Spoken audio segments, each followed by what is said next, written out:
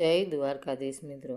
ગામને પાદરે આવેલું એ નાનકડું ઘર આજે એક વિચિત્ર શાંતિમાં ડૂબેલું હતું.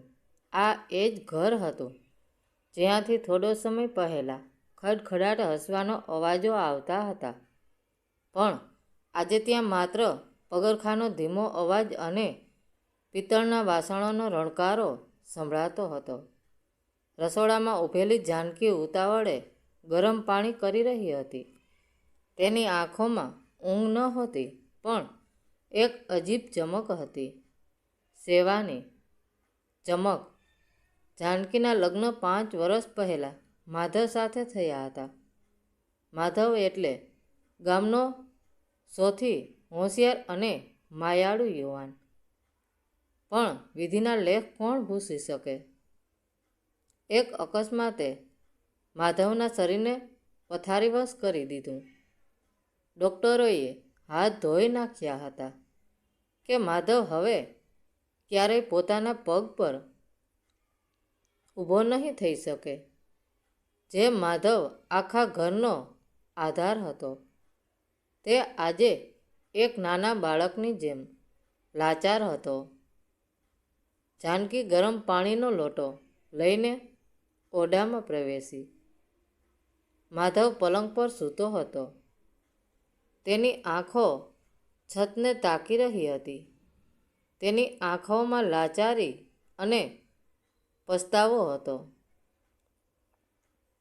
માધવે ધીમેકથી કહ્યું કે જાનકી, તું ક્યાં સુધી આ રીતે મારી પાછળ તારું જીવન હોમી દઈશ? હું તો હવે માત્ર એક જિંદા લાશ છું. તું હજુ નાની છે. તારું આખું આયુષ્ય બાકી છે.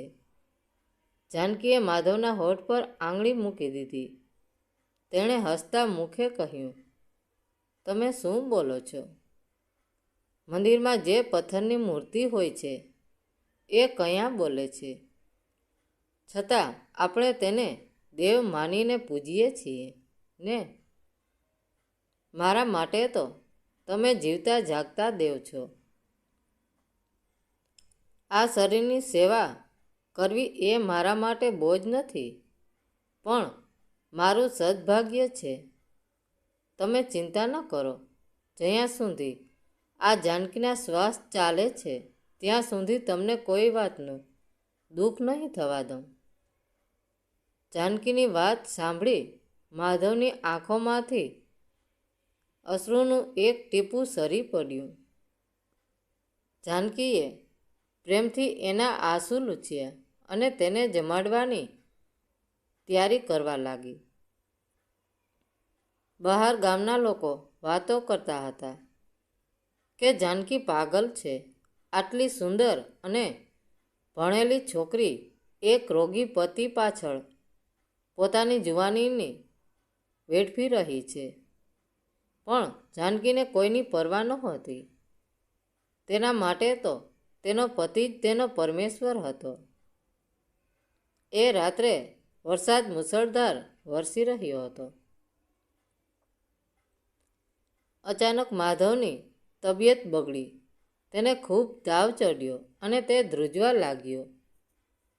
ગામમાં કોઈ ડૉક્ટર નહોતા અને રસ્તાઓ પાણીથી ભરાઈ ગયા હતા. જાનકી એકલી હતી, પણ તેની હિંમત હિમાલય જેવી અડગ હતી. તેણે મનમાં નક્કી કર્યું કે તે માધવને કંઈ નહીં થવા દે. પણ કુદરત પાસે કંઈક અલગ જ પ્લાન હતો. બહાર આકાશ જાણે ફાટી પડ્યું હતું. વીજળીના કડાકા સાથે વરસાદ માંજા મૂકી રહ્યો હતો. ઘરના નળિયા પર પડતા વરસાદના ટીપાનો અવાજ કોઈ ભયાનક સંગીત જેવો લાગતો હતો. ઓરડામાં માધવનું શરીર તાવથી ભઠ્ઠીની જેમ તપી રહ્યું હતું. તેની શ્વાસ લેવાની ગતિ તેજ થઈ ગઈ હતી અને તે અર્ધ બેભાન અવસ્થામાં કંઈક ગણગણી રહ્યો હતો. જાનકીએ માધવના કપાળ પર ઠંડા પાણીના પોતા મૂકવાનું શરૂ કર્યું. એક બાજુ વરસાદનો ઘોઘાટ અને બીજી બાજુ માધવની પીડા. જાનકીનું હૃદય હચમચી ગયું. તેણે દીવા સામે જોયું, જે પવનના ઝાપટાથી ઓલવાઈ જવાની અણી પર હતો.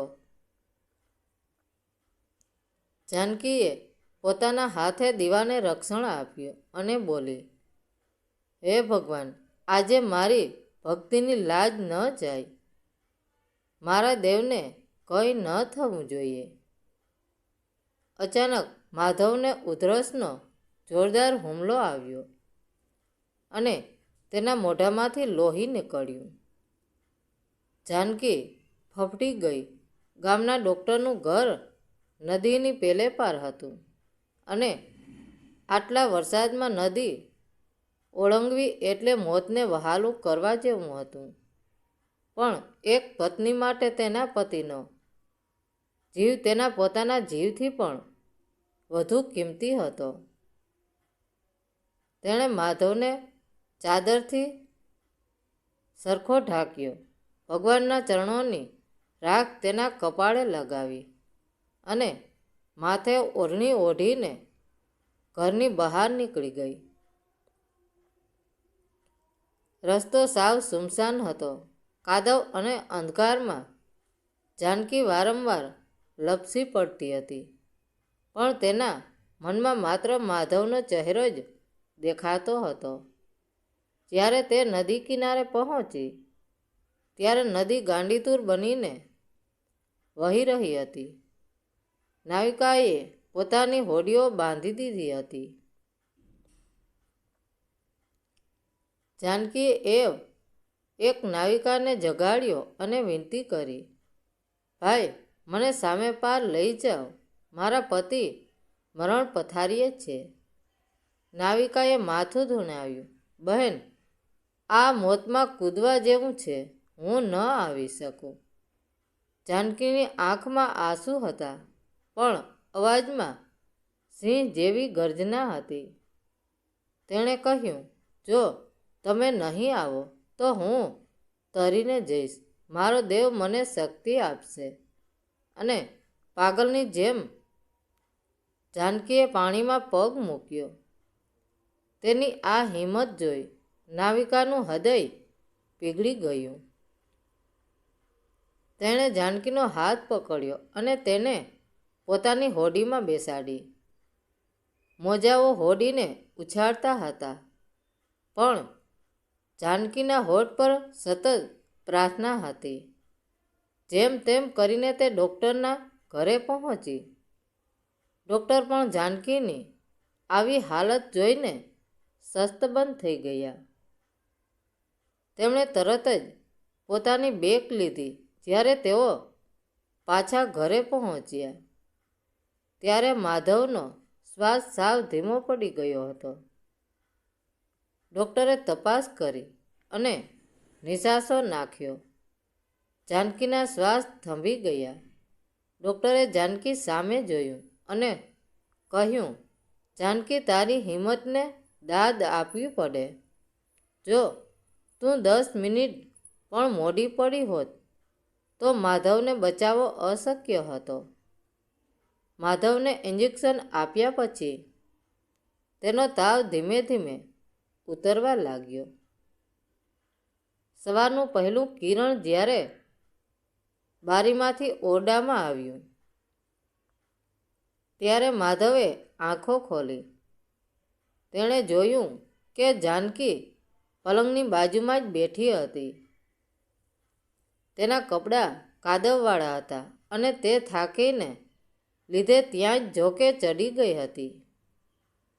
માધવને સમજાયું કે આ સ્ત્રી માત્ર તેની પત્ની નથી, પણ સાક્ષાત દેવ છે. પણ હજુ મુશ્કેલીઓ પૂરી થઈ નહોતી. માધવના જીવ પરનું જોખમ તો ટળી ગયું, પણ હવે જાનકી માટે એક નવી લડાઈ શરૂ થઈ હતી. ગામમાં વાતો ફેલાઈ ગઈ કે માધવ હવે ક્યારેય સાજો નહીં થાય. લોકો જાનકીના ઘરે આવતા પણ સહાનુભૂતિ આપવાને બદલે શિખામણો વધારે આપતા. એક બપોરે ગામના કેટલાક વડીલો અને જાનકીના દૂરના માસી ઘરે આવ્યા.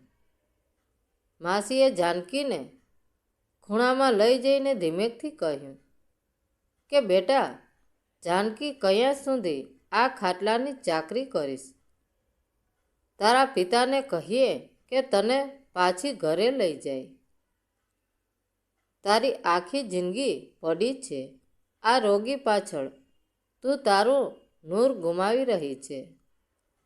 લોકો તો કહે છે કે માધવના કોઈ ખરાબ કર્મો હશે એટલે જ એની આ દશા થઈ છે.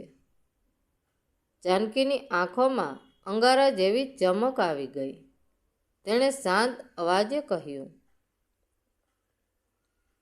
માસી, જો આજે હું બીમાર હોત તો શું માધવ મને છોડી દેત? ના, તો પછી હું કેમ છોડું?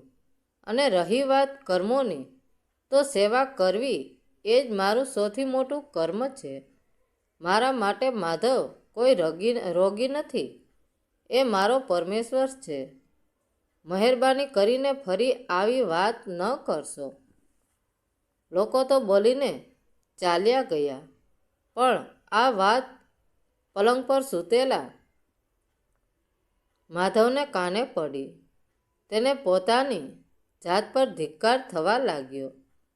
તેને લાગ્યું કે તે જાનકીના ગળે બંધાયેલો એક ભારે પથ્થર છે જે તેને ડૂબાડી રહ્યો છે. તે રાત્રે જ્યારે જાનકી તેને જમાડવા આવી ત્યારે માધવે ગુસ્સામાં થાળી ધકેલી દીધી. જાનકી, કેમ તું મારી પાછળ તારી જિંદગી બગાડે છે? જા, તારા પિયર જતી રહે, મને મરવા દે એકલો. માધવ રડવા લાગ્યો. જાનકી ગભરાઈ નહીં. તેણે શાંતિથી જમીન પર પડેલો કોળિયો ઉપાડ્યો અને માધવના હાથ પકડીને કહ્યું, તમે આજે હાર માની લીધી, પણ મેં નથી માની. તમે જુઓ છો એ ખાટલો છે, પણ મને એમાં મારો આખો સંસાર દેખાય છે. જો તમે મને તમારાથી દૂર કરશો તો જાનકી જીવતી નહીં રહે. માધવ જાનકીની આ મક્કમતા જોઈ નિઃશબ્દ થઈ ગયો. પરિસ્થિતિ વધુ વિકટ બની જ્યારે ઘરની આર્થિક સ્થિતિ બગડવા લાગી. ખેતર ખેડનાર કોઈ નહોતું અને ઘરમાં અનાજ ખૂટવા આવ્યું હતું. જાનકીએ નક્કી કર્યું કે તે હવે માત્ર સેવાય જ નહીં પણ મજૂરી પણ કરશે. તે વહેલી સવારે ઉઠીને પડોશીઓના ખેતરમાં કામ કરવા જતી અને બપોરે આવીને માધવની સેવા કરતી. એક દિવસ ખેતરમાં કામ કરતી વખતે જાનકીને એક વૃદ્ધ સાધુ મળ્યા. સાધુની આંખોમાં ગજબનું તેજ હતું. તેમણે જાનકીને જોઈને પાણી માગ્યું. જાનકીએ પોતાનું માથું અને પાણી સાધુને પ્રેમથી આપ્યું. સાધુએ જાનકીના હાથની રેખાઓ જોઈ અને શ્રીમત કર્યું. સાધુએ કહ્યું, દીકરી, તારી પરીક્ષા બહુ અઘરી છે, પણ તારી શ્રદ્ધા પથરામાંથી પણ પાણી કાઢે એવી છે. યાદ રાખજે, જ્યારે રસ્તો સાવ બંધ થઈ જાય ત્યારે જ ચમત્કારનો જન્મ થાય છે. તારા પતિના પગમાં જીવ પાછો આવશે, પણ એ માટે તારે એક એવી વસ્તુનો ત્યાગ કરવો પડશે જે તને સૌથી વહાલી હોય. જાનકી વિચારમાં પડી ગઈ. તેની પાસે વહાલું તો માત્ર તેનું સૌભાગ્ય અને માધવ હતો. તેની પાસે કિંમતી કહી શકાય એવું તો માત્ર તેનું સાત્વિક અને માધવની સેવાનો અધિકાર જ હતો. દિવસો વીતતા ગયા અને માધવની હાલત સ્થિર તો હતી, પણ સુધારો દેખાતો નહોતો. એક દિવસ ગામમાં ખબર ફેલાઈ ગઈ કે દૂરના શહેરમાંથી એક મોટા વેદરાજ આવ્યા છે, જે લકવાગ્રસ્ત દર્દીઓને પણ સાજા કરી શકે છે. પણ તેમની ફી અને દવાનો ખર્ચ ખૂબ મોટો હતો. જાનકી પાસે હવે એક પણ રૂપિયો બચ્યો ન હતો. તેણે મજૂરી કરીને જે કાંઈ ભેગું કર્યું હતું તે માધવના ખોરાકમાં વપરાઈ જતું હતું. જાનકીએ વેદરાજ પાસે જઈને વિનંતી કરી કે બાપા, એકવાર મારા પતિને જોવા આવો. મારી પાસે અત્યારે પૈસા નથી, પણ હું જિંદગીભર તમારી ગુલામી કરીશ. વેદરાજને દયા ખાઈને કહ્યું કે બેટા, દવા તો હું કરીશ, પણ એમાં વપરાતી અમુક જડીબુટીઓ ખૂબ મોંઘી છે. 5,000 સોના મહોરો જોઈએ. જો તું એ લાવી શકે તો માધવ ઊભો થઈ જશે. જાનકી ઘરે આવી અને પોતાના લગ્નના ઘરેણાં જોવા લાગી. તેની પાસે માત્ર એક સોનાની નથણી અને ગળાનું મંગળસૂત્ર બચ્યું હતું. મંગળસૂત્ર જે એક સૌભાગ્યવતી નારી માટે જીવનથી પણ વહાલું હોય. તેને સાધુના શબ્દો યાદ આવ્યા કે તને સૌથી વહાલી હોય એવી વસ્તુનો ત્યાગ કરવો પડશે. જાનકી સમજી ગઈ કે સાધુનો સંકેત આ મંગળસૂત્ર તરફ જ હતો. તેણે ધ્રુજતા હાથે પોતાના ગળામાંથી મંગળસૂત્ર ઉતાર્યું. તેની આંખોમાંથી ચોધારા આંસુ વહી રહ્યા હતા. હિન્દુ સંસ્કૃતમાં મંગળસૂત્ર ઉતારવું એ પત્ની માટે કેટલું પીડાદાયક હોય તે શબ્દોમાં વર્ણવવું શક્ય છે. પણ જાનકી માટે મંગળસૂત્રના દોરા કરતાં મંગળસૂત્રનો જીવ એટલે કે માધવ વધુ કિંમતી હતો. એણે મંગળસૂત્ર વેચીને દવાના પૈસા પૂરા કર્યા. જ્યારે માધવને ખબર પડી કે જાનકીએ તેનું મંગળસૂત્ર વેચી દીધું છે, ત્યારે તે ડૂસકે ને ડૂસકે રડી પડ્યો. તેણે જાનકીના હાથ પકડી લીધા અને બોલ્યો કે જાનકી, તે આ શું કર્યું? મારું આયુષ્ય વધારવા તે તારું સૌભાગ્ય ચિહ્ન વેચી દીધું. જાનકીએ માધવને શાંત પાડતા કહ્યું, તમે સાજા થઈ જશો એટલે હું કાળો દોરો પહેરી લઈશ. એ પણ મારા માટે મંગળસૂત્ર જ ગણાશે. તમે તો મારું અસલી ઘરેણું છો. વેદરાજની દવા શરૂ થઈ. જાનકી દિવસ રાત માધવના પગની માલિશ કરતી. તેના હાથમાં ફોલ્લા પડી ગયા હતા, પણ તે અટકતી નહીં. તે માધવને પથારીમાં જ બેસાડીને ધર્મગ્રંથો વાંચી સંભળાવતી, જેથી તેનું મન મજબૂત રહે. ધીમે ધીમે ચમત્કાર થવા લાગ્યો. માધવના પગના અંગૂઠામાં હલચલ શરૂ થઈ. પણ હજુ એક મોટી આફત આવવાની બાકી હતી. ગામમાં પ્લેગનો રોગ ફાટી નીકળ્યો. જાનકી જે ખેતરમાં કામ કરતી હતી ત્યાંના માલિકને આ બીમારી લાગી પડી અને આખું ગામ ખાલી થવા લાગ્યું.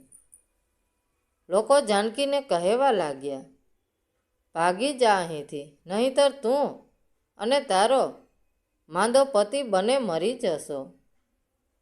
જાનકી પાસે હવે બે રસ્તા હતા. કાં તો માધવને મૂકીને પોતાનો જીવ બચાવે, અથવા માધવ સાથે રહીને મોતના મુખમાં હોમાઈ જાય. ગામમાં ફેલાયેલી મહામારીએ હાહાકાર મચાવ્યો હતો. ચારે બાજુ ભયનું વાતાવરણ હતું. પડોશીઓ પોતાનો સામાન બાંધીને ગામ છોડી રહ્યા હતા. જાનકીના પિતા તેને લેવા આવ્યા અને કરગરીને બોલ્યા, દીકરી, આ જીદ છોડી દે. માધવને કોઈ આશ્રમમાં મૂકી દઈએ. તું અહીં રહીશ તો મરી જઈશ. પણ જાનકી અડગ હતી. તેણે શ્રીમદ સાથે કહ્યું કે પિતાજી, જે દેવને મેં આટલા વર્ષો પૂજ્યા છે એને અધ વચ્ચે અટવાતો કેમ મૂકું? જો મોત આવશે તો અમે બંને સાથે જઈશું. પિતા ભારે હૃદયે પાછા વળ્યા. આખું ગામ ખાલી થઈ ગયું. હવે એ નાનકડા ઘરમાં માત્ર જાનકી, લાચાર માધવ અને જાનકીની અતૂટ શ્રદ્ધા જ બાકી હતા. જાનકીએ ઘરની ચારે બાજુ લીમડાના પાન અને અગ્નિ પ્રગટાવ્યો, જેથી રોગ અંદર ના આવે. તે રાત દિવસ જાગીને માધવની સેવા કરતી. એક રાત્રે માધવને ખૂબ તરસ લાગી. જાનકી પાણી લેવા ગઈ, પણ ઘડો ખાલી હતો. બહાર અંધકાર અને રોગચાળો હતો. છતાં જાનકી કૂએ પાણી ભરવા ગઈ. જ્યારે તે પાછી આવી ત્યારે તેણે જોયું કે માધવ પલંગ પરથી નીચે પડ્યો હતો અને દરવાજા તરફ સરકવાનો પ્રયત્ન કરી રહ્યો હતો. જાનકી દોડીને તેની પાસે ગઈ. માધવ રડતા રડતા બોલ્યો કે જાનકી, તું પાણી લેવા ગઈ ત્યારે મને લાગ્યું કે તને કંઈક થઈ ગયું. મારે તને બચાવવા આવવું હતું, પણ હું કેટલો લાચાર છું. જાનકીએ માધવના હાથ પકડી લીધા અને તેને હિંમત આપતા કહ્યું, તમારી આ ચિંતા જ તમારી શક્તિ છે. ઊભા થાઓ માધવ, તમારા પગમાં હજુ જીવ છે. પ્રયત્ન કરો. જાનકીએ માધવનો હાથ પોતાના ખભા પર મૂક્યો. માધવના શરીરમાં એક નવો સંચાર થયો. તેની આંખોમાં જાનકી માટેનો પ્રેમ અને ઈશ્વર પરની શ્રદ્ધા એક થઈ ગઈ. ધીમે ધીમે ધ્રુજતા પગે માધવે વર્ષો પછી જમીન પર પોતાનો પહેલો પગ મૂક્યો. એક ડગલું, બે ડગલા, અને માધવ જાનકીના સહારે ઊભો રહી ગયો. જાનકીની આંખોમાંથી ખુશીના આંસુ વહી રહ્યા હતા. આ કોઈ દવાથી થયેલો ચમત્કાર નહોતો. આ તો એક નારીના તપ અને સેવાનું પરિણામ હતું. માધવ હવે ધીમે ધીમે ચાલતા શીખી રહ્યો હતો. મહિનાઓ વીતી ગયા. મહામારી શાંત થઈ અને ગામના લોકો પાછા ફર્યા. જ્યારે લોકોએ માધવને પોતાના પગ પર ચાલતો જોયો ત્યારે કોઈને પોતાની આંખો પર વિશ્વાસ ન આવ્યો. જે લોકો જાનકીને મહેણા મારતા હતા તેઓ આજે જાનકીના ચરણોમાં નમી પડ્યા. એક સવારે માધવ જાનકીને લઈને સોનીની દુકાને ગયો. એણે પોતાની મહેનતની કમાણીથી એક સુંદર સોનાનું મંગલસૂત્ર બનાવ્યું હતું. માધવે જાનકીના ગળામાં એ મંગલસૂત્ર પહેરાવતા કહ્યું કે જાનકી, આ માત્ર ઘરેણું નથી, પણ તારી ભક્તિનું પ્રતીક છે. તે મને નવું જીવન આપ્યું છે. જાનકીના મનમાં એ સાધુના શબ્દો યાદ આવ્યા. તેણે પોતાની સૌથી વહાલી વસ્તુ મંગલસૂત્રનો ત્યાગ કર્યો હતો. એટલે જ આજે તેનો પતિ સાજો થઈને તેની સામે ઊભો હતો. ગામના મંદિરમાં જ્યારે આરતી થઈ ત્યારે લોકોએ જોયું કે મૂર્તિ સામે માધવ અને જાનકી એકબીજાનો હાથ પકડીને ઊભા હતા. આજે ગામ આખું સ્વીકારતું હતું કે રોગી પતિમાં દેવ જોનારી જાનકી પોતે એક દેવીથી ઓછી નહોતી. આ વાર્તા આપણને શીખવે છે કે સાચી સેવા અને અતૂટ શ્રદ્ધામાં એટલી શક્તિ હોય છે કે તે પથ્થરને પણ પીગળાવી શકે છે અને અશક્યને પણ શક્ય બનાવી શકે છે. પત્ની માટે પતિનો પ્રેમ અને તેની સેવા એ જ સૌથી મોટો ધર્મ છે. મિત્રો, વાર્તા કેવી લાગી?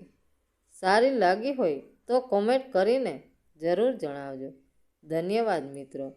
રાધે રાધે. જય દ્વારકા.